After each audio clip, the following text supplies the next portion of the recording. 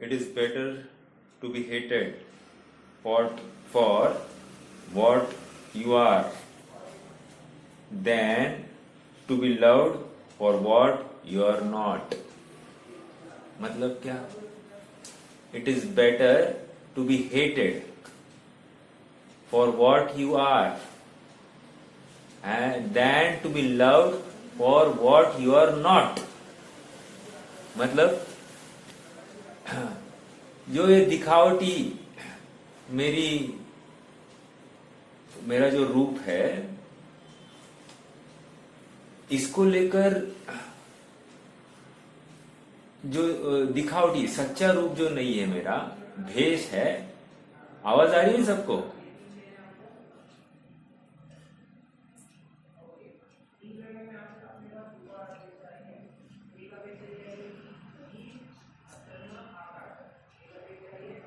हाँ जी।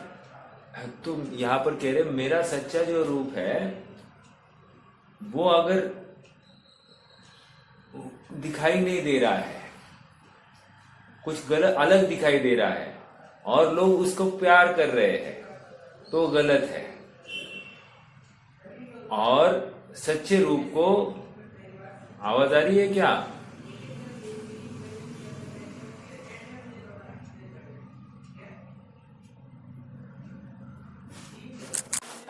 अपना परिचय स्त्री पुत्र मकान आदि के माध्यम से देना और लोग हमारी वाह वाह करे, तारीफ करे, ये कोई उपलब्धि नहीं है। And it is better to be hated for what you are not. जो वर्तमान में हम दिखाई नहीं दे रहे, सचमुच वही अच्छा है। It's better to be hated.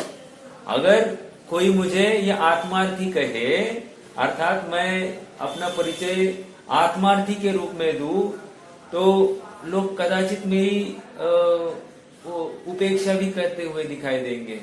लेकिन मैं स्त्री पुत्र मकान जायदाद वाला, रुपया पैसा ताम झाम वाला अगर कोई इस प्रकार से परिचय दूं, तो लोग मुझे चाहेंगे।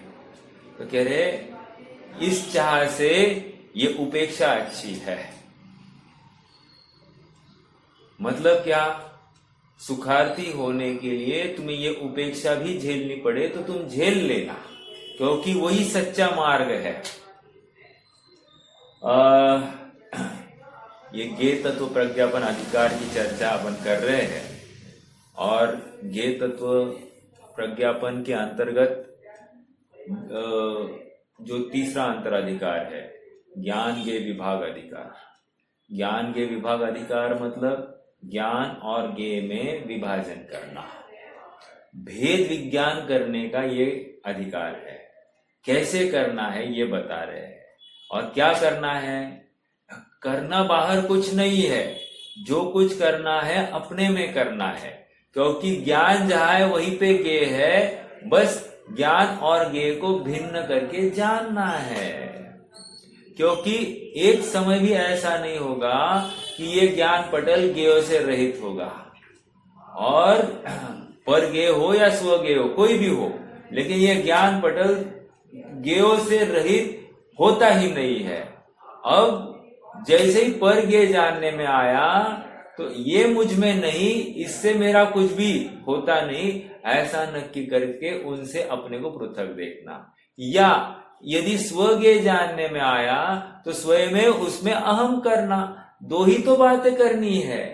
या तो पर को जाना तो उसको ये मैं नहीं ऐसा जानकर उसके प्रति एक तटस्थ भाव, और जहां पर जानने में आया वो मैं हूं ऐसा जानकर उसमें अपनत्व भाव। ये जिसको कला अवगत हो जाती है वो निश्चित ही सुखार्थी हो जाता है। यही भेद विज्ञान है।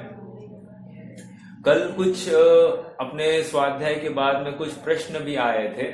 प्रश्नों की बात ये थी कि जैसे मैं कोई परिणाम कर रहा हूं तो उससे हीनादिक बंध भी हो सकता है क्या? मान लो द्रव्य कर्म का उदय 70 डिग्रीज में है, एग्जाम्पल, तो मैंने कोई रिएक्शन दिया तो रिएक्शन देखते ही नवीन बंध जो है वो 100 डिग्रीज का होगा या 30 डिग्रीज का होगा? कैसे होगा? कह रहे कुछ भी हो सकता है। समझ में आ रहा है क्या? या तो 100 या तो 30, कुछ भी हो सकता है, या तो 0, कुछ भी हो सकता है। समझ में आ रहा है क्या? डिपेंड्स हमने उसको रिएक्ट कैसे किया है, हमने आकुलता कितनी की है, विषय जनित हमारी आसक्ति कितनी है, वो आसक्ति का नाप निश्चित करता है कि हमको किस तरह का बंद होगा। एक दूसरा एक प्रश्न आया था, भाई कषाय नहीं कर रहा है उसको कैसा बंद होगा? कषाय मतलब बहुत तटस्थ भाव से है, बहुत निश्चित है, शांत भाव से है। तो कह रहे शांत भाव में है। आपको बताओ ये क्रिश्चियन लोग इतने मीठे होते हैं, इतने शांत होते, कभी डांटते फटकारते नहीं आपस में, इतने शांत होते और मछली आदि खाते हुए दिखाई देते। समझ में आ रहा है कैसे वे मतलब निर्दयी हुए बिना, अत्यंत संक्लेश परिणाम हुए बिना ये हो सकता है क्या? नहीं हो सकता। चलो क्रिश्चियन लोगों को छोड़ दो, अभी हम कहा क्रिश्चियन लोगों के पास पड़े, हम तो जैनियों की बात करेंगे। जैनी भी सटर फटर पूरे दुनिया भर का खाता है। यहाँ एक एक दुकान, एक एक होटल का चप्पा चप्पा छान के खा लेता है। तो क्या जैनी क्या कुछ कम हिंस्र है क्या? जैनी भी उतना ही हिंस्र है।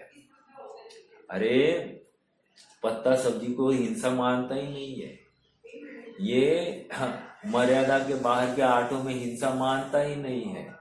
इसको स्वीकार ही नहीं हो रहा है कि इसमें साक्षात त्रस जीव की राशि है, राशि पड़ी हुई, स्वीकार ही नहीं है। और एकदम शांत भाव से खा रहा है। कदाचित ऐसा भी होगा भगवान की आज्ञा से भोजन करता होगा, नमोकार मंत्र कहकर वो भोजन करता होगा, बिल्कुल ऐसा होगा। अरे लेकिन उस नमोकार मंत्र कहकर कहने वाला कोई मंद कषाई हो, ऐसा भ्रम नहीं पालना। देव को याद करता है, इसका मतलब वो मंद कषाई हुआ, ये हरगिज नहीं है। समझ में आ रहा है क्या? हाँ, बहुत गंभीरता से विचार करना, ये जैन शासन क्या सीख दे रहा है, हमको क्या शिक्षा लेनी है। क्योंकि everything that glitters is not gold. जहां पर मंद कषाय दिखी मतलब ये मोक्ष मार्ग, ये ऐसा नहीं होता। समझ में आ रहा है क्या? अंतरंग परिणामों को टटोला जाता है हमारे यहाँ पर, और परीक्षा की जाती है। बिना परीक्षा के कुछ भी डायरेक्टली ब्लंटली बोला नहीं जाता। ओके, हाँ जी। अब थोड़ा सा आगे बढ़ेंगे हम। गाथा 148 49 अपनी चल रही है। देखो, गाथा का पाठ करेंगे और फिर उसका रहा हुआ भाग आगे देखेंगे। जीवो पाणिबद्धो बद्धो मोहादि एहिकं मेहिं ओभुंजं कम फलम बच्छति अन्नेहिकं मेहिं पाणाबाधं जीवो मोहोपदेशेहिं पुनर्जीवाणं यदि सोऽहवधि बन्धो नानावर्णादिकं मेहिं। यहाँ पर यह बताया जा रहा है कि द्रव्य कर्म ये पौद्गलिक ही है। कारण क्या दिया? क्योंकि द्रव्य कर्म का उदय हुआ, ये 100% द्रव्य कर्म के कारण है, बराबर। अब कह रहे जो उदय होने के बाद में जो कर्म नवीन बंध पाया जा रहा है वो भी पौद्गलिक ही है। एक, हाँ, वहां पर एक शब्द आया है कि जीव ने मोहादि भाव रूप परिणाम किया, ये शब्द आया है। लेकिन मोहादि भाव रूप परिणाम किया, इस भाव को क्या कहेंगे? तो यदि आप प्रवचन सार की अपेक्षा से विचार करो तो ये मोहादि भाव जीव का जीव में है। ठीक है, जीव अपने द्रव्य के बाहर निकला ही नहीं है। और समयसार की भाषा में अगर बात करेंगे तो समयसार बोलेगा ये मोह रागादि भाव जो हुआ है ये उस पुद्गल का है। क्यों? क्योंकि उसको देखकर हुआ है। समझ में आ रहा है क्या? समयसार में ये भाषा, ये टोन आएगी भेद विज्ञान कराने के लिए। जो वर्तमान पर्याय है रागादि भाव की पर्याय तो अपनी है ही नहीं, ये वहां पर स्पष्ट रूप से दिखा देते हैं। हालांकि समय सार में रागादि पर्याय करता आत्मा को कहा है, कोई ये नहीं है, बट यहाँ पर अभी मूल रूप से एक विशेष समय सार का मूल प्रदेय क्या है भाई? भेद विज्ञान कराना, पर्याय से पार त्रिकाली ध्रुव, ऐसा जो प्रयोजनभूत वह आत्मा दिखाना था। तो जब पर्याय से पार बोला तो शुभ पर्याय, अशुभ पर्याय और शुद्ध पर्याय, इन तीनों से पार ऐसा आत्मा दिखाना है। अब यहाँ पर और उसकी दृष्टि करानी है। यहाँ पर क्या कह रहे हैं कि ये जितना भी भाव हुआ है ये सब जीव में हुआ है, ठीक है? और जीव में हुआ है, जीव स्वतंत्र रूप से उस भाव रूप परिणमित हुआ है, द्रव्य कर्म का कुछ नहीं है। आप पकड़ रहे हैं क्या दोनों में अंतर? ये बिल्कुल विचार करना। जीव का विकारी भाव अपने में अपनी वजह से हुआ है। और सुनो, ये विकारी भाव हुआ है उस समय कर्म का उदय नहीं था। जैसे ही हुआ सामने सामने ये कर्म का उदय और ये यहाँ पर दोनों को पता नहीं था, इस प्रकार से है। ठीक है, बोलिए रोहित भैया, कोई प्रश्न है क्या?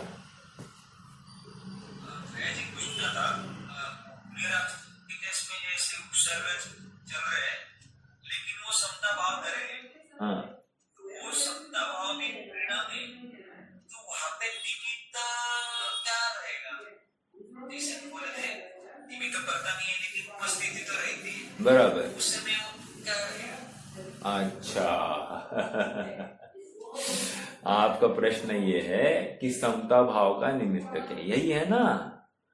तो समता भाव का निमित्त देखो, निमित्त आपको क्यों चाहिए कि समता भाव के लिए भी एक निमित्त खड़ा करना है? ये हम क्यों ढूंढ रहे हैं? हम ये क्यों नहीं देख रहे? परिणामों के लिए हम बोल रहे ना कि कर्मों का निमित्त उपस्थिति जो रहती है, हाँ, तो इस केस में कैसा रहेगा? देखो, इस केस के लिए देव शास्त्र गुरु एक, देव शास्त्र गुरु का श्रद्धान, दूसरा सात तत्वों का यथा श्रद्धान, दूसरा ये निमित्त है। समझ में आ रहा है क्या? देव शास्त्र गुरु को आप निमित्त नहीं मानोगे, मानना पड़ेगा ना।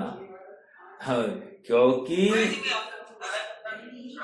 हाँ, वो उपसर्ग की तो कर्मों का निमित्त ही बोले जाएगा, हाँ, लेकिन वो जो परिणाम है उस समय समता भाव के, हाँ, तो जैसे विकारी भाव करते हैं तो वो ये कर्मों का निमित्त खड़ा रहता है, हाँ, तो ये इस परिणाम के लिए क्या रहेगा?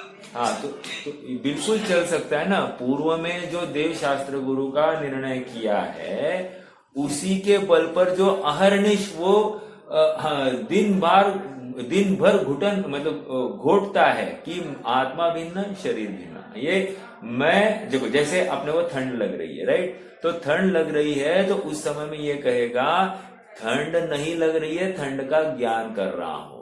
ये क्या हो गया? उसने थोड़ा सा अपने उपयोग को डाइवर्ट किया, अर्थात अपने को इंद्रियाधीन नहीं माना, इंद्रियों से पृथक मानने लग गया। ऐसा अभ्यास निरंतर हर दिन की क्रियाकलाप में वो करने लग गया और इस अभ्यास से इतना अभ्यस्त हुआ कि अब उसको बाहर का संयोग प्रभावित करने के लिए समर्थन नहीं है। समझ में आ रहा है क्या? और कालांतर में मुनि दशा जब आ गई तो वो देह को भी तो अपना कहाँ मान रहा है। जब देह को ही अपना नहीं मान रहा है तो फिर आप उसको निमित्त कैसे कहेंगे? देह को भी, देह में कुछ हो रहा है उसके लिए ये आत्मा में अंदर गए हैं, ऐसा हम कैसे निमित्त कहेंगे? नहीं बोल सकते ना उसको निमित्त। अगर निमित्त करना है तो देव शास्त्र गुरु का यथा श्रद्धान जो पूर्व में भाया था उसको खड़ा करना पड़ेगा। देखो देखो, और एक मैं आपको थोड़ा सा अपने केस पर खड़ा करके बताता हूं बात को। मान लो कि हमको हमारे सामने कोई गाली ही नहीं है, ठीक है, हमको कोई डांट फटकार भी नहीं रहा है और हमको तीव्र गुस्सा आ रहा है। हो सकता है क्या ऐसे?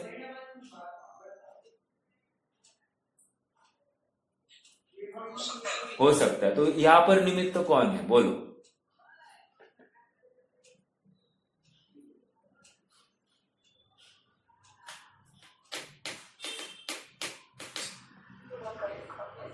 हाँ, एक मिनट। यहाँ पर गुस्सा मान रहे, तो अभी अपन यहाँ पर पूर्व कर्म का उदय मान रहे कि नहीं, तो वहां पर भी मानो ना, वहां पर ऐसा ही मोह का अभाव पाया ही जाएगा, मोह का अभाव पाया जाएगा। संयोग मिल रहा है, और संयोग तो वो दूर की बात है, पहले मोह का अभाव मानो ना। फिर अगर आप यहाँ पर निमित्त के रूप में कर्म का उदय मान रहे हो, तो वहां भी कर्म का अभाव के रूप में कुछ न कुछ निमित्त मान लो। समझ में आ रहा है क्या? तो होना ही चाहिए ऐसा निमित्त, वो अंतरंग निमित्त की बात है। आप संयोगों की बात करके आप अंतरंग निमित्त की तरफ कैसे गए? आप यहाँ पर भी संयोग की ही बात करो ना। फिर समझ में आ रहा है क्या? जब मैं पूछ रहा हूं आपको गुस्सा आ रहा है, तो आप कह रहे अंतरंग निमित्त ढूंढ रहे हैं, और जब वहां पर कह रहे हैं कि आत्मा में बैठा है, तो कह रहे आप बाहर का निमित्त ढूंढ रहे हो। तो एक पक्का कर दीजिए कि अंतरंग निमित्त ढूंढना है या बहिरंग निमित्त ढूंढना है। अंतरंग निमित्त ढूंढना है तो अंतरंग की बात करेंगे, बहिरंग निमित्त ढूंढना है तो बहिरंग की बात करेंगे। ऐसा है, मतलब ये आपने प्रॉपर अभ्यास होना चाहिए इसको लेकर। हाँ, आपको प्रश्न आया वो बिल्कुल सही है, बट वहां पर निमित्त दो प्रकार के, एक बहिरंग निमित्त होता है, एक अंतरंग निमित्त होता है। जैसे ही आत्मा जीव को शुद्धोपयोग रूप परिणाम होता है, तो निमित्त रूप से वहां पर मोहादि भाव का अभाव पाया जाएगा। हाँ, बहुत अच्छा, ठीक है। और भले बाहर में कोई संयोग दिखाई दे रहा है, उसको क्या लेना देना है, वो बहिरंग निमित्त है। अंतरंग निमित्त देखो ना यहाँ पर खड़ा है, ऐसी बात है। तो ऐसा भाव पाया निमित्त रूप में, वहां पर द्रव्य कर्म का क्षय उपशम या क्षयोक्षम जो कुछ है वो पाया जाएगा। ठीक है, एक कितने जनों को ये प्रश्न समझ में आया और इसका समाधान समझ में आया?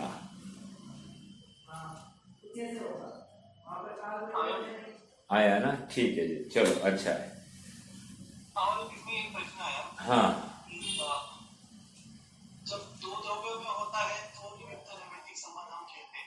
हाँ, लेकिन यहाँ पे समता यानी स्थिरता उपयोग लगा है, तो इस समद्रव्य में लगा है, तो यहाँ पे बाहरी निमित्त या ऐसा कुछ निमित्त का प्रयोजन क्या है?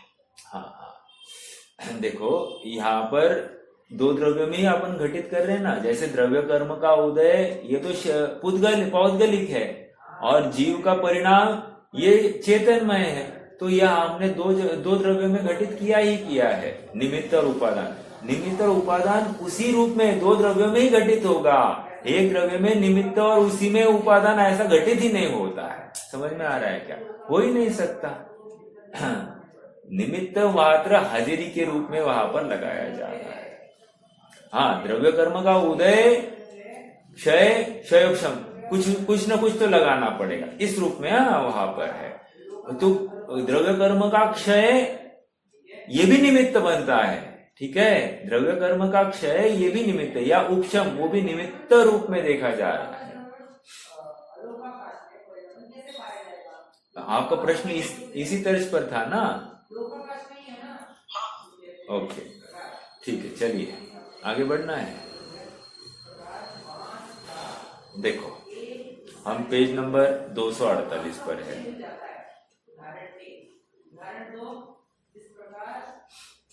जयसेन स्वामी की बात चल रही थी, है ना? क्या कह रहे हैं? जिस प्रकार तपे हुए लोहे के गोले में, मिल रहा है क्या 248 बीचों बीच, जिस प्रकार तपे हुए लोहे के गोले से दूसरों को मारने का इच्छुक पुरुष पहले तो स्वयं को ही जलाता है, दूसरे जले या न जले, उसी प्रकार मोहादि परिणत अज्ञानी जीव पहले विकार रहित स्वसंवेदन ज्ञान स्वरूप अपने शुद्ध प्राणों का घात करता है, बाद में दूसरों के प्राणों का घात हो चाहे ना हो। मतलब क्या? प्राण घात किया, अपने प्राणों का घात। और प्राणों का घात मतलब क्या है, समझ में आ रहा है क्या? अपने शुद्ध प्राणों का घात किया। शुद्ध प्राणों का घात मतलब क्या? उनका अनादर किया।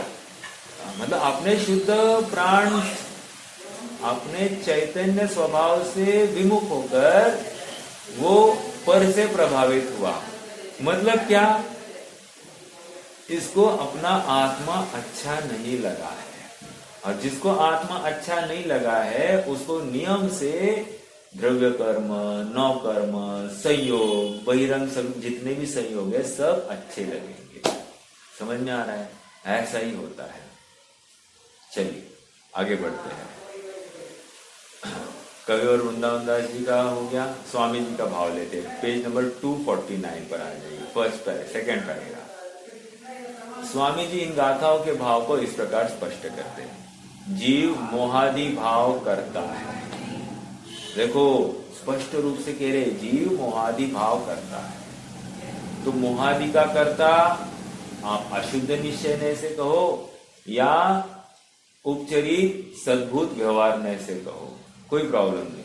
तो जीव मोहादि भाव का करता है, इसलिए मोन्य आदि 8 पुद्गल कर्मों से बंधता है। 2 कथन चल रहे हैं यहां पर। जीव मोहादि भाव का करता है, ये हो गया तीसरे नय का विषय या 5वें नय का विषय। इसलिए मोनिय आदि 8 पुद्गल कर्मों से बंधता है। ये कौन से नय का हुआ?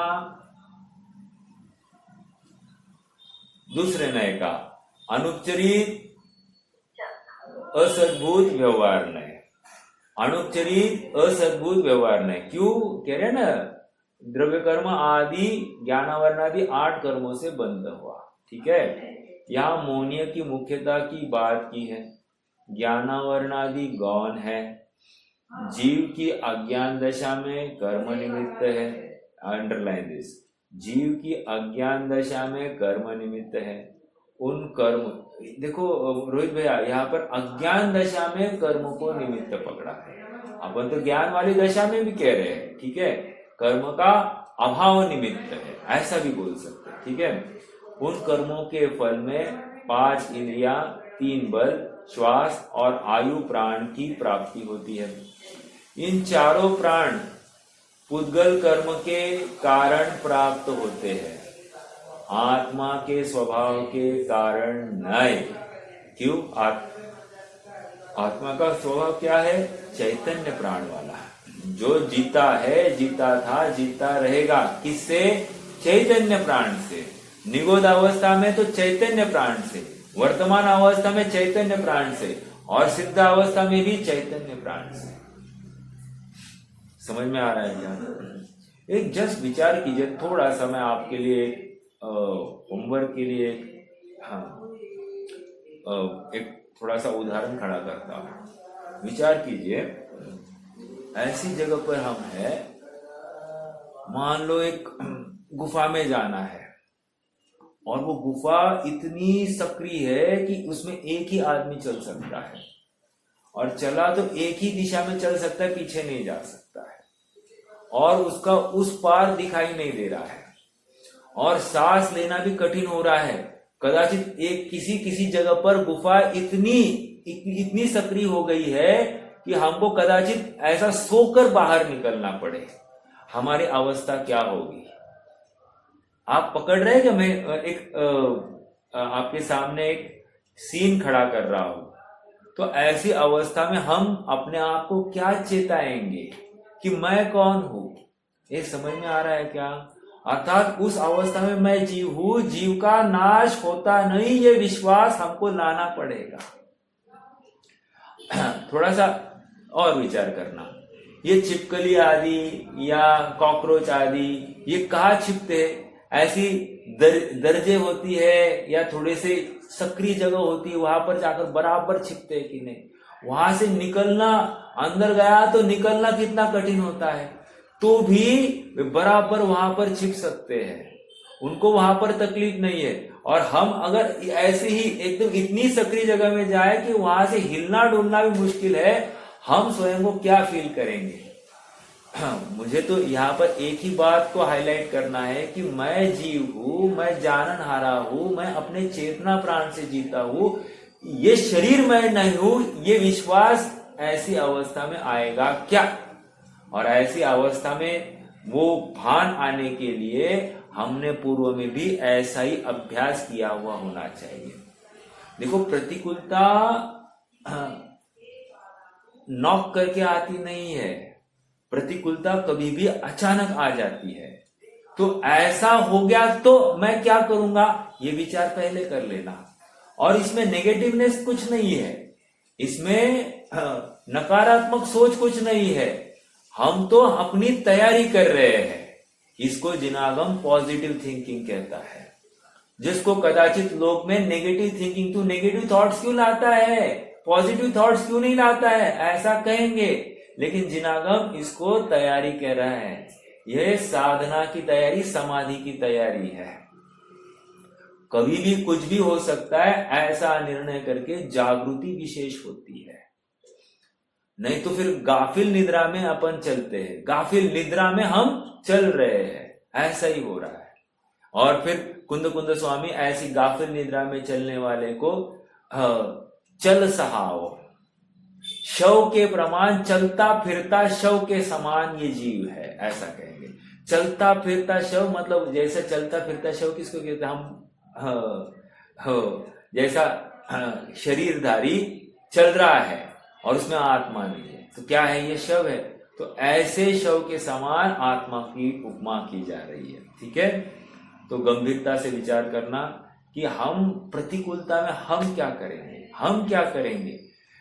कोई भी, अभी मान लो कोई अभी इतना बारिश आ रही है, सब आ रही है, हो सकता है कि नहीं कि अपन मुनि अवस्था में है और मुनि अवस्था में ऐसी एकदम से अचानक बाढ़ आ गई, हो सकता है क्या ऐसा। तो बाढ़ आने पर हम क्या करेंगे, विचार कीजिए। मतलब कोई अवसर है क्या कि साक्षात मृत्यु सामने दिखाई दे रही है, हम भय जाएंगे उसके साथ में, तो भी कितनी सहजता हो सकती है, होनी चाहिए, ये विचार करना। या अचानक से कोई पहाड़ी पर बैठे और वो पहाड़ी का कोई किनारा टूट जाए, हो सकता है क्या ऐसे, मतलब पृथक हो जाए, कुछ भी हो सकता है, होने में कुछ भी हो सकता है। गंभीरता से विचार करना कि उस समय में अपनी धारणा, अपना निर्णय क्या होगा, जागृति कितनी जरूरी होगी कि गिरते हुए अवस्था में मैं आत्मा हूं, ये निर्णय मैं करूंगा या नहीं करूंगा।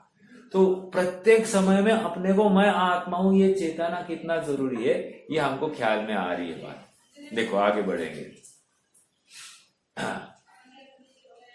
उन कर्मों के फल में 5 इंद्रिया, 3 बल, श्वासोश्वास और आयु प्राण की प्राप्ति होती है। देखो क्या हो रहा है, जैसे ही ये मनुष्य पर्याय हो गई ना, तो मनुष्य पर्याय हो गई तो अपने को अपना नामकरण होता है, इस शरीर के अपेक्षा से अपना परिचय होता है। अपना परिचय आत्मा की तरफ से नहीं चल रहा है, अपना परिचय किससे हो रहा है, शरीर की तरफ से हो रहा है। उसके बाद में थोड़ा बड़ा हो गया, पैसे कमाने की अपेक्षा अपना परिचय पैसे से नापने लग गया, समझ में आ रहा। पहले शिक्षण, शिक्षण के बाद में फिर पैसा, पैसे के बाद में फिर स्त्री पुत्र आदि के संयोग की अपेक्षा से, अपने सामाजिक स्टेटस की अपेक्षा से अपना परिचय नापने लग गया। तो फिर धंधे व्यापार में यश अपयश की अपेक्षा से अपना परिचय नापने लग गया। ये कभी भी अपना परिचय आत्मा के आश्रित मानने के लिए तैयार नहीं है।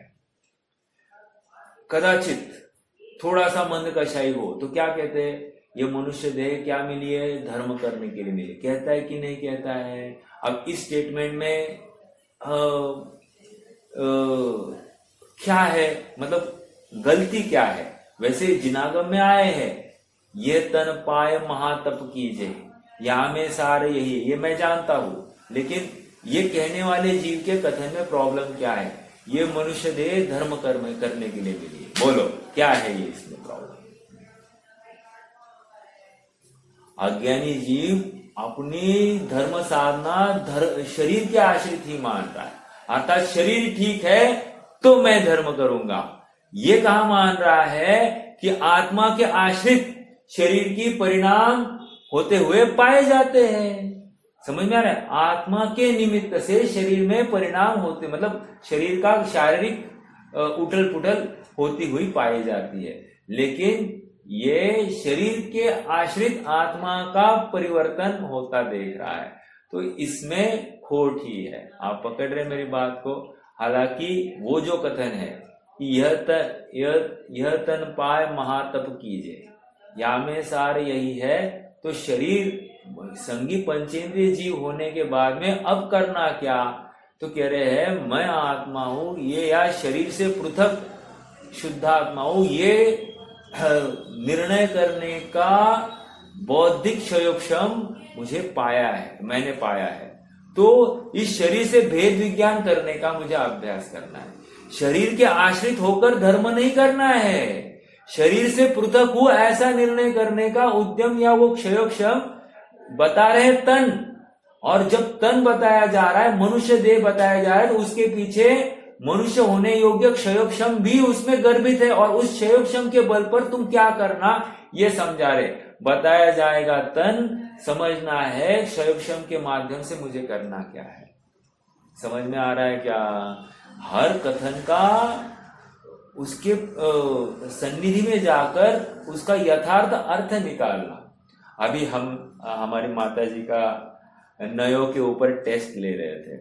हाँ, टेस्ट वो अपन ने अपने जो पहले टेस्ट किए थे ना, तो वो टेस्ट ले रहे थे। तो माता जी एक स्टेटमेंट पढ़ दी, हाँ ये कथन तो सही है ना।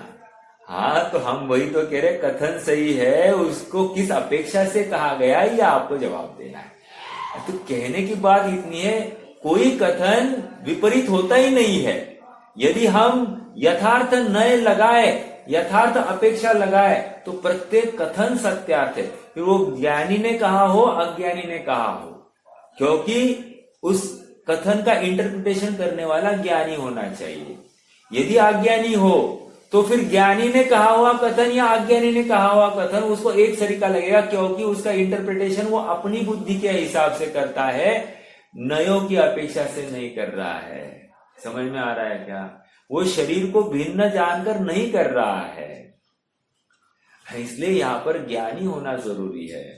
देखो आइए, मूल प्रयोजन क्या है? ये इंद्रिया क्यों दिखाई जा रही है? इंद्रिया भी ज्ञेय है, और ये ज्ञेय जो है वो कहाँ झलक रहा है? मेरे ज्ञान दर्पण में झलक रहा है। ज्ञान दर्पण में झलकने से क्या हुआ?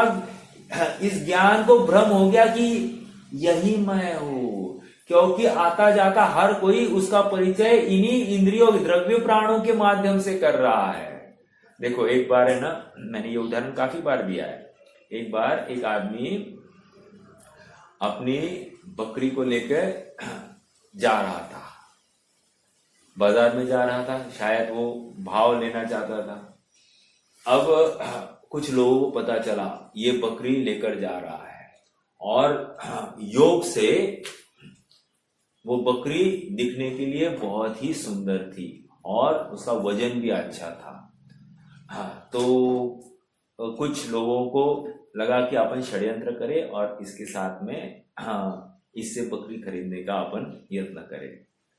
तो एक आदमी उस व्यक्ति को मिला, थोड़ा भोला था ना, तो उसको मिला, क्यों भाई इस गधे को लेकर कहाँ जा रहे हो? मतलब बकरी थोड़ी सी हट्टी कट्टी होगी, तो गधे को लेकर कहाँ जा रहे हो? तो इसने कहा, अरे भाई दिखाई नहीं देता क्या, ये बकरी है, गधा नहीं है। अच्छा, लेकिन ये तो गधे जैसा ही दिख रहा है। तो जरा आंखें ठीक करके ले लो, ये बकरी है बकरी। तो थोड़ा आगे चला, आगे चलकर फिर से एक आदमी मिला, वो भी मिला हुआ आदमी था। उसने पूछा, क्यों भाई, गधा तो बहुत सुंदर है, कहाँ से लाए, कहाँ लेके जा रहे हो, बेचना है क्या?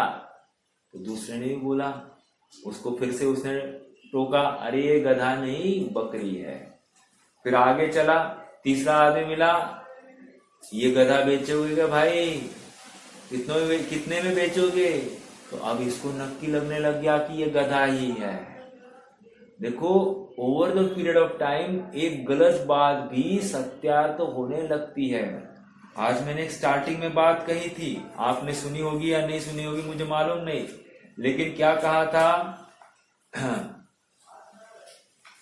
कि it is better to be hated for what you are, मतलब जो तुम हो उसके लिए तुम्हारी निंदा भी हो जाए तो कोई बड़ी बात नहीं, than to be loved for what you are not. मतलब हम हमारा परिचय,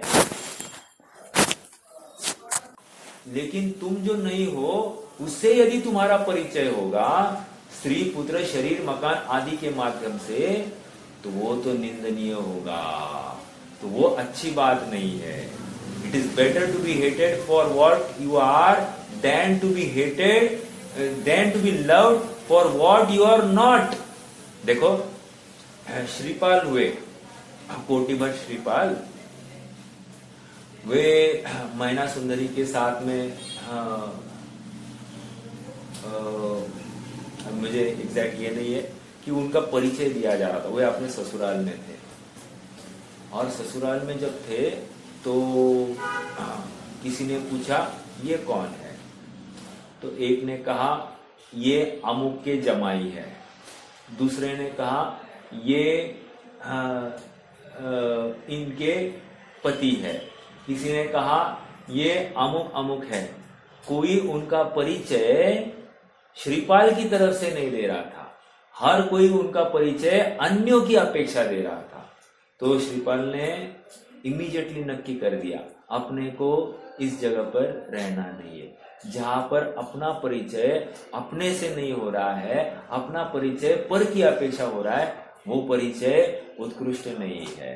समझ में आ रहा है क्या? हाँ, एक छंद भी है, उत्तमा,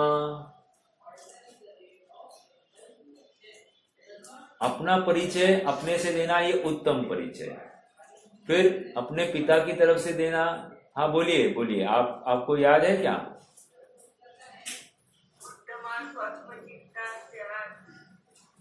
नहीं, वो तो मोह चिंता मध्यमा, वो अलग अलग अलग। उसी तर्ज पर उत्तमा स्वात्म, हाँ स्वात्म परिचयात्, अपना आत्मा का परिचय स्व से होना ये सबसे उत्तम परिचय। फिर दूसरा अपना परिचय अपने पिता की अपेक्षा होना ये मध्यम। अपना परिचय और क्या है, सबसे लास्ट अपना ससुराल की अपेक्षा से अपना परिचय होना ये अधमोधम परिचय है। आप पकड़ रहे हैं क्या? मुझे क्या कहना है? परिचय अपना अपने से होना, परिचय अपना स्त्री पुत्र मकान शरीर वाला या द्रव्य प्राणों के माध्यम से होना ये अच्छा नहीं है। ओके, हाँ, भले ही वो देव कैसे थे? सुंदर थे। वो चक्रवर्ती कैसे थे? सुंदर थे। 96,000 रानियों का अधिपति, 6 खंड का अधिपति। परिचय कहाँ से हो रहा है? सब संयोगों की तरफ से हो रहा है। नो नो नो नो, ये अच्छा, लोग वाहवाह भी कर रहे हैं। ये तीर्थंकर कैसे परिचय हो रहा है? ये समोशरण परिचय कहाँ से हो रहा है? समोशरण या तीर्थंकर की तरफ से। वो तीर्थंकर प्रकृति के उदय की वजह से कह रहे हैं, बट हम कह रहे हैं ये उत्तम परिचय नहीं है। सच्चा परिचय कौन सा है? वो अनंत चतुष्ट है। भरत का सच्चा परिचय कौन सा है? सम्यक दृष्टि, अपने आत्मा का भान जिसको हो गया है, वो हमारा भरत की बात चल रही है। आप पकड़ रहे हैं क्या? परिचय आत्मा का होगा। ठीक है, चलिए देखो, मतलब ये द्रव्य प्राण होना कोई हमारी बपौती नहीं है। एक, ये हमारा क्या कॉपीराइट नहीं है। 2, हमारी रजिस्ट्री नहीं है। 3, ये थोड़े ही काल में चला जाने वाला है, नवीन प्राण मिलने वाला है। तो मिलने वाला है ना? अरे मिलने वाला है, लेकिन तू अब वर्तमान में क्या कर रहा है? एक अच्छा उदाहरण सुना, देखो, मान लो हम यहाँ पर मनुष्य पर्याय में है, ठीक है? इस मनुष्य पर्याय से आगे बढ़ गए, थोड़ा बहुत मंद कषाय होगी, हाँ, थोड़ा सा तप आदि, बाह्य तप आदि सब उसमें प्रवृत्ति होगी। तो इसके फलस्वरूप ये जीव अब कहाँ पहुंचा है? स्वर्ग में, स्वर्ग का देव हुआ। स्वर्ग का देव हुआ तो क्या हो गया? वैकृक शरीर, सुंदर तन, और देखकर इमीडिएटली अवधि ज्ञान लगाया। अवधि ज्ञान से उसको अपना फ्लैशबैक में दूसरा भव दिखाई दिया, पहले का भव, ये भी भव दिखाई दे रहा है, ये भी भव दिखाई दे रहा है। अब देखकर क्या कह रहा है? ओ ऐसा था मैं, मतलब उस शरीर को देखकर ओ ऐसा था मैं, अब कितना सुंदर हूं। अर्थात अभी फिर से अपना परिचय द्रव्य प्राण की तरफ से ही कर रहा है, जबकि इसको एक अवसर आया था क्या अवसर आया था? वह भी शरीर वाला, ये भी शरीर वाला, अर्थात दोनों में कॉमन शरीर है, लेकिन दोनों में वो आत्मा की डोर कॉमन है, लेकिन शरीर अलग अलग है। तो शरीर अलग अलग है मतलब जो मिलता बिछुड़ता है वो ये द्रव्य प्राण वाला था, और जो उसमें कायम रहा वो मैं हूं। ये उसको देखने के लिए एक अवसर आया था, और वो अवसर से चूक गया। आप पकड़ रहे हैं क्या? मतलब ये द्रव्य प्राण वाला मानना कोई बहुत बड़ी उपलब्धि नहीं है। मान लो समचतुरस संस्थान हो, वज्र ऋषभ नाराज संगणन हो, सब है, पुरुष वेद हो, सब है, लेकिन इससे अपनी आइडेंटिटी मानना यह अपराध ही है। समझ में आ रहा है क्या? मतलब मैं पुरुष हूं तो समथिंग ग्रेट, और मैं स्त्री हूं तो समथिंग बैड, ऐसा नहीं है। मैं आत्मा हूं, अर्थात अपने को द्रव्य प्राण से देखेंगे तो अपराध बुद्धि जागृत होगी, लेकिन जब अपने को चैतन्य प्राण से देखेंगे तो वो अपराध बुद्धि विलय को प्राप्त होती है। वो शल्य, वो खेद, वो न्यूनगंडता सब अभाव को प्राप्त होती है। मैं आत्मा हूं ऐसा शुद्ध निर्णय करने वाला जीव ही सुखी होता है। वैसे आपको आगे बढ़ने से पहले शुद्ध का अर्थ पूछूं तो आप क्या क्या उत्तर देंगे? ये अपनी चर्चा हुई है काफी बार, but I want to revise this. मुझे एकदम स्ट्रांगली आपके धारणा में बिठाना है। शुद्ध के अर्थ क्या क्या हो सकते हैं? आत्मा शुद्ध है इतना कहा तो आपके ज्ञान में कितने शुद्ध के अर्थ हैं? कौन से?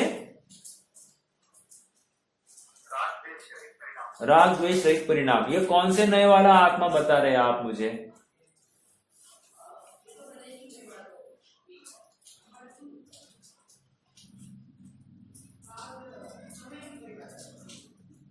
कोई भी बता सकता है। राग द्वेष रहित परिणाम वाला आत्मा शुद्ध है, ऐसा आप कौन से नए से कह सकते हैं?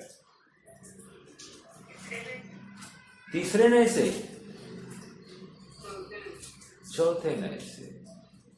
ठीक है, चौथे नए से बैठेगा। बट यहां पर परिणाम हो गया ना। चलो ठीक है। हाँ ममता भाभी, आप कुछ कह रहे थे, आप शुद्ध का क्या अर्थ बताएंगे?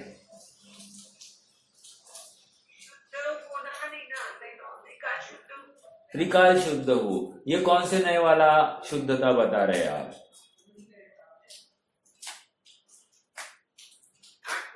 आठवें नए का परम शुद्ध निश्चय नए वाला जो है वो शुद्ध ऐसा आत्मा है। एक बात ये हो गई। और बोलिए।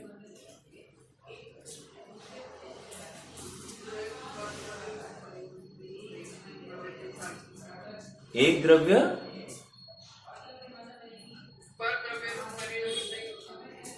वेरी गुड, ये दमदार हुआ। ये पहला वाला भी दमदार था लेकिन ये भी दमदार है। क्यों? अरे इसको हम शुद्ध मानते ही नहीं है, इसलिए ये दमदार है। ठीक है, ये दो, ये सबको समझ में आ रहा है ना? शुद्ध की भाषा चल रही है। शुद्ध किसको, जिनागम में शुद्ध किसको किसको कहा है? चलो मैं एक गाथा बोलता हूं। जो शुद्ध जाने आत्म को वह शुद्धता को प्राप्त हो, अनशुद्ध जाने आत्म को अनशुद्धता को प्राप्त हो। यहां पर शुद्ध मतलब क्या?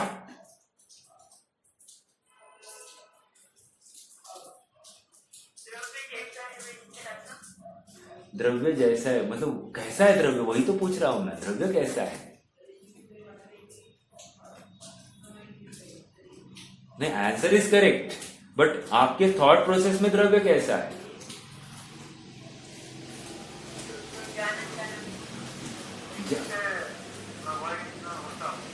पर से प्रभावित नहीं होता। मतलब आठवें नए वाला आप फिर से शुद्ध डाल रहे हैं इसमें। जो आत्मा को शुद्ध जानता है वो शुद्धता को प्राप्त होता है। राइट? क्या अभी सोनाली भाभी ने जो शुद्ध का डेफिनेशन दिया, वो शुद्ध का डेफिनेशन आप यहां पर लगा सकते हैं या नहीं? मेरा अगला प्रश्न है आप सबसे।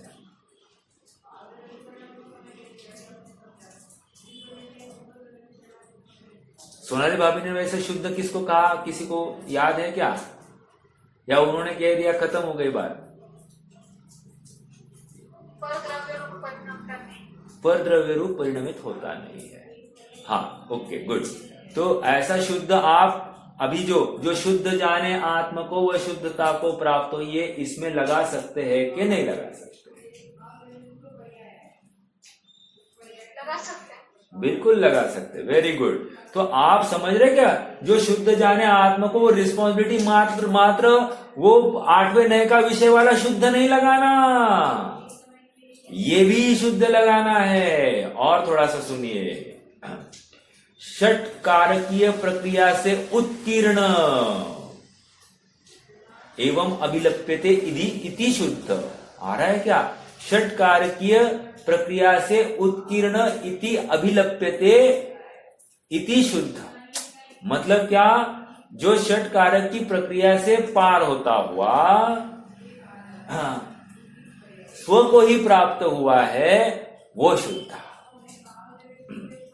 ये भी शुद्ध की परिभाषा है। अर्थात स्वयंभू 16वीं गाथा की बात है, या समय साथ 73वीं गाथा की टीका, वहां पर भी यही बात है, षटकारकीय प्रक्रिया से उत्कीर्ण। तो कह रहे ये भी द्रव्य शुद्ध है। ठीक है। षटकारक मतलब क्या? आप षटकारक में आप अभी कुछ भी लगाना, सब कुछ ये द्रव्य स्वयं परिणमित होता है, स्वयं रूप परिणमित होता है, पर द्रव्य रूप होता ही नहीं है, या अपना काम अपने से करता है, पर की रंच मात्र सहायता लेता नहीं है, इसलिए द्रव्य शुद्ध है। आप पकड़ रहे हैं क्या? ये शुद्धता के मीनिंग्स है। आप जो शुद्धता के जगह पर ये 3 नहीं 4 मीनिंग है एक्चुअली। तो ये जितने भी अर्थ लगाएंगे ना आप, सभी बैठते हैं, और आपको चारों प्रकार से शुद्धता घटित करनी वहां पर, और तभी जाकर शुद्धता की प्राप्ति होगी। और प्रयोजनभूत शुद्धता वहां पर भी लगानी है। प्रयोजनभूत शुद्धता मतलब क्या? जो अपरिणामी 1 8वें नए का विषय, वो बाद में लगाना, लेकिन सबसे पहले ये करना ना, ये जाना ही नहीं है, पर से भिन्न और अपने से अभिन्न, पर द्रव्य रूप होता ही नहीं है। 2 तीसरा षटकारकीय प्रक्रिया से उत्कीर्ण 3, और फिर वो 8वें नए का विषय अपरिणामी आत्मा, वो शुद्ध ही रहता है, कभी पर्याय रूप भी हुआ नहीं, ऐसा वो शुद्ध निर्दंड हो, निर्द्वंद हो, ये निरालंबी आत्मा। ये सब बातें कब लगाएंगे? 8वें नए की बाद में लगाएंगे। पहले ये पहले 3 जो बोले ना, ये 3 लगाना वो शुद्ध में। आप पकड़ रहे मेरी बात को? हमको ये पहले 3 मालूम ही नहीं शुद्ध, और डायरेक्टली 8वें नए का विषय बनाया, तो निश्चयाभासी हो जाएगा, निश्चयाभासी। हाँ, बहुत गंभीरता से इस जिनागम को पढ़ना, समझना, डायरेक्टली कंक्लूजन की तरफ नहीं आना। हाँ, पूरी जिम्मेदारी अपने ऊपर है, क्योंकि आपने मोक्ष मार्ग दाव पर लगा है। थोड़ा सा भी गलत कर दिया, गया काम से। हाँ, देखो बहन जी ने कल एक समय तो हो गया है क्या? 5 मिनट है। बहन जी ने कुछ कल डाला था ना, एक्चुअली मुझे मिला नहीं है। वो 72वीं गाथा में पंचास्तिका है, मेरी पंचास्तिका है कि इसमें मिला नहीं है, बट फिर भी वहां पर मैंने पढ़ने के बाद वहां पर इतना ही लिखा है। क्या लिखा है? कि भाई कोई निश्चयाभासी होता है। निश्चय, मैं मेरी तरफ से शब्द डाल रहा हूं। निश्चयाभासी हुआ मतलब क्या? अब वो कह रहा है कि शास्त्र अभ्यास करना बंध का कारण है, इसलिए शास्त्र अभ्यास नको रे बाबा। कौन कह रहा है? वो जीव कह रहा है। दूसरा, अब मैं आगे और मेरी तरफ से डाल रहा हूं, ये मोक्ष मार्ग प्रकाशक क्या अर्थ बोल रहा हूं। कोई मतलब मैं शुद्ध हूं इतना जानकर, अब मैं शुभ भाव करूंगा, अर्थात व्रत तप आदि में लगूंगा, तो ये शुभ भाव हो गए, और शुभ भाव ये आश्रव है, बंध का कारण है, संसार का कारण है, इसलिए मैं व्रत तप आदि से भी निवृत्त हो। तो ऐसा भी कोई निश्चयाभासी हो तो कह रहे हैं दिस इज पागल, उसको भ्रम हो गया है। क्योंकि यदि वो अभी आत्मा में बैठा नहीं तो वो क्या कर रहा है? 100% वो प्रमाद में ही बैठा है, अर्थात शरीर में ही बैठा है। शरीर में बैठकर भी कह रहा है कि मैं आत्मा हूं। समझ में आ रहा है क्या? अर्थात शरीर में अपना तो बुद्धि है और कह रहा हूं मैं आत्मा है। आप पकड़ रहे हैं क्या? बोलने के लिए बराबर वैसी की वैसी भाषा, शास्त्र की भाषा कर रहा है, लेकिन मान्यता के स्तर पर अभी भी शरीर में अपनत्व बुद्धि है, स्वामित्व बुद्धि है। स्वामित्व बुद्धि छुटी नहीं और कह रहा है मैं ये सब कर रहा हूं, और इसीलिए वो अज्ञानी बना रहता है। समझ में आ रहा है क्या? हाँ, बहुत बातें